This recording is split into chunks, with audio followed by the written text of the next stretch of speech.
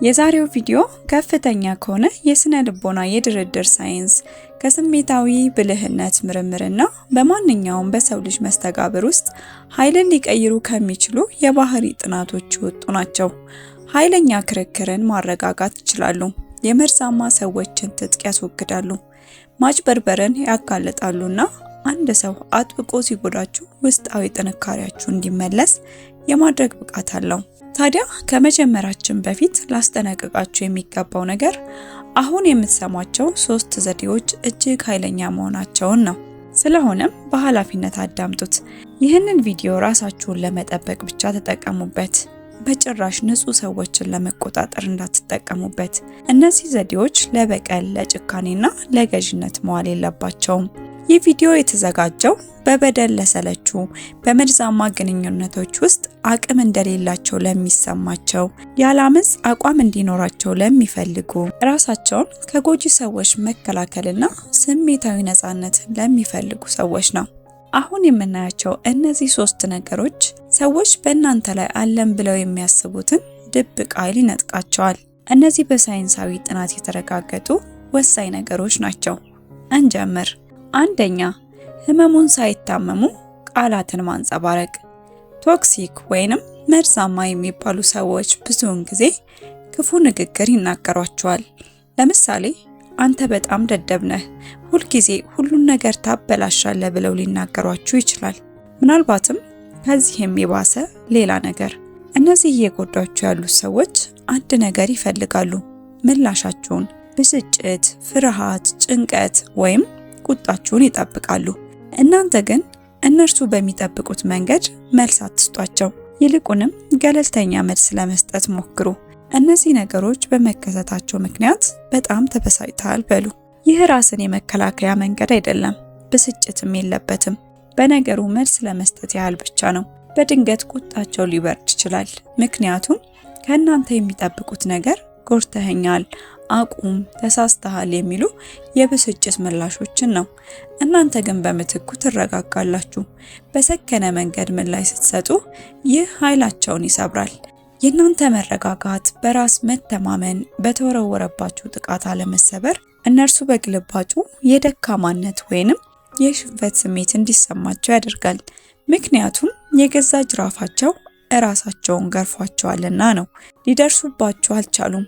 እናንተን የመቆጣጠርና በስሜት የመጉዳት ስትራቴጂያቸው አልሰራም። በዘረራ አሸንፏቸዋል። ጦርነት ሳትከፍቱ መልሳችሁ ሳታጠቁ በስሜት ጠንካራ ስለሆናችሁ ብቻ።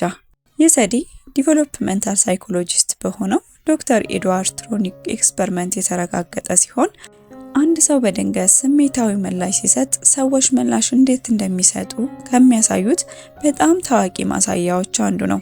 ሙከራው በእናትና ልጅ መካከል የተሰራ ሲሆን እናት በተለመደው መሰረት ከልጇ ጋር ትጫወታለች፣ ትስቃለች፣ ፍቅር ታሳየዋለች። ነገር ግን በድንገት እናት ፊቷን እንድታቀሰቅስ ተጠየቀች። ፈገግታ የለም፣ ድምጿን አታሰማም፣ ቁጣም ሆነ ደስታ ምንም አይነት ስሜት አታሳይም።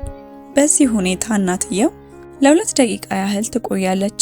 ህፃኑ እሷን ለማግኘት ይሞክራል፣ በተለያዩ መንገዶች የእናቱን ትኩረት ለመመለስ፣ በፈገግታ፣ በሳቅ፣ በመጥራት፣ እጆቹን በመዘርጋት፣ በማልቀስም ጭምር። ምንም ነገር ሳይሰራ ሲቀር ህፃኑ ተጨነቀ፣ ደነገጠና በስሜታዊነት ተዋጠ። እናትየው እንደገና ምላሽ መስጠት ስትጀምር ግን ህፃኑ ተረጋጋ። በዚህ ሙከራ የተረጋገጠው ነገር ሰዎች ከሌሎች ስሜታዊ ግብረ መልስ በጣም እንደሚፈልጉ ነው።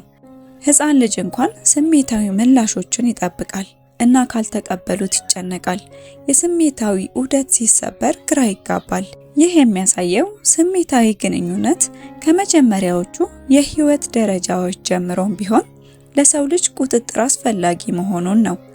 አዋቂዎች ህፃናት እንደሚያደርጉት ተመሳሳይ ምላሽ ይሰጣሉ፣ ግራ ይጋባሉ፣ ምቾት አይሰማቸውም። ስለዚህ ስሜታዊ ጥቃታቸውን መቀበል አይችሉም። እነርሱ በሚጠብቁት መንገድ ስሜታዊ ግብረ መልስ ለመስጠት ፈቃደኛ ካልሆናችሁ እነዚህ መርዛማ ሰዎች ስነ ልቦናዊ አቅማቸውን ያጣሉ። ሁለተኛው ዘዴ ደግሞ በዝምታ መቆየት ነው። ለሚናገሯችሁ መርዛማ ቃላት ምንም አይነት ምላሽ ሳትሰጡ ለተወሰኑ ደቂቃዎች ቆዩ። እናንተ ምላሽ የምትሰጡበትን ስፔስ እንዲሞሉት ፍቀዱላቸው። ለጩኸታቸው ምላሽ ስትነፍቋቸው እነርሱ በግልባጩ ጭንቀት፣ ራስን መጠራጠር፣ የበላይነትን የማጣት ስሜት ይሰማቸዋል። ለምሳሌ ለምን አታዳምጠኝም፣ በፍጹም አትሰማኝም እያሉ ቢጮሁባችሁ እናንተ መልስ ሳትሰጡ ለ5 ሰከንድ ያህል እንኳን ቢሆን ቆዩ። ከዛም እሰማሃለሁ የሚል መልስ ስጧቸው። ይህ ራስን መከላከል፣ መቆጣት ወይንም መከራከር አይደለም። ይህ ዘዴ ያለ ጦርነት እነርሱን እንድትቆጣጠሩ ይረዳቸዋል። ይህ ጥናት ዘ ሳይለንት ፓውዝ ሜተድ በመባል ይታወቃል። በዝምታ መቆየት ከምታስቡት በላይ መርዛማ ሰዎችን መቆጣጠሪያ ዘዴ ነው። ሶስተኛው አረፍተ ነገር መደጋገም። እናንተን ለመቆጣጠርና ለመጉዳት የሚፈልግ ሰው ምንም ሊናገር ይችላል። ነገር ግን እናንተ አንድን አረፍተ ነገር መርጣችሁ ያንኑ መልሳችሁ ድገሙለት። መከራከር፣ ራስን መከላከል ወይንም ለክሳቸው መልስ መስጠት አይጠበቅባችሁም።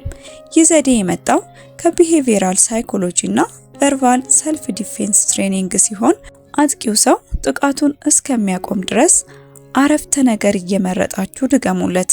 ሌላ ምንም አይነት ግጭት ውስጥ አትግቡ። ይህ ድርጊት ነገሮች እናንተ በምትፈልጉት ሁኔታ እንዲሄዱ ያስገድዳቸዋል። ለምሳሌ አጥቂው መቼ ነው አንድን ነገር እንኳ በትክክል የምትሰራው? በጣም ሰነፍ ነህ ቢላችሁ በስድብ ውስጥ አልሳተፍም በሉ። አጥቂው መልሶ ከኔ የተሻልክ እንደሆንክ ታስባለህ ብሎ ቢናገር አሁንም ደግማችሁ በስድብ ውስጥ አልሳተፍም በሉ። ቃላት መደጋገማችሁን አቁሙ ብሎ ቢናገራችሁ እንኳን መልሳችሁ ያንኑ ድገሙለት። በመጨረሻም ክፉ ንግግራቸውን ያቆማሉ። ምክንያቱም በስነ ልቦና የበላይነት መያዛችሁን ያስተውላሉ። አልተሳደባችሁም፣ አልተከራከራችሁም፣ ራሳችሁንም አልተከላከላችሁም። በቀጣይ ተመሳሳይ ነገር ሲገጥማችሁ ለምሳሌ ለዚህ አይነት ውይይት ዝግጁ አይደለሁምና የመሳሰሉት አይነት አረፍተ ነገሮችን ተጠቀሙ። በዚህም በተቆጣጣሪያችሁ ላይ የበላይነት ትቀዳጃላችሁ። ምክንያቱም ይህ ዘዴ ስሜታዊነት ወደ እናንተ እንዳይደርስ ይገድባል፣ አጭበርባሪነታቸውን ያጋልጣል፣ የአእምሮ ብስለት እንደሌላቸውና አቅም አልባ እንደሆኑ በግልጽ ያስረዳል።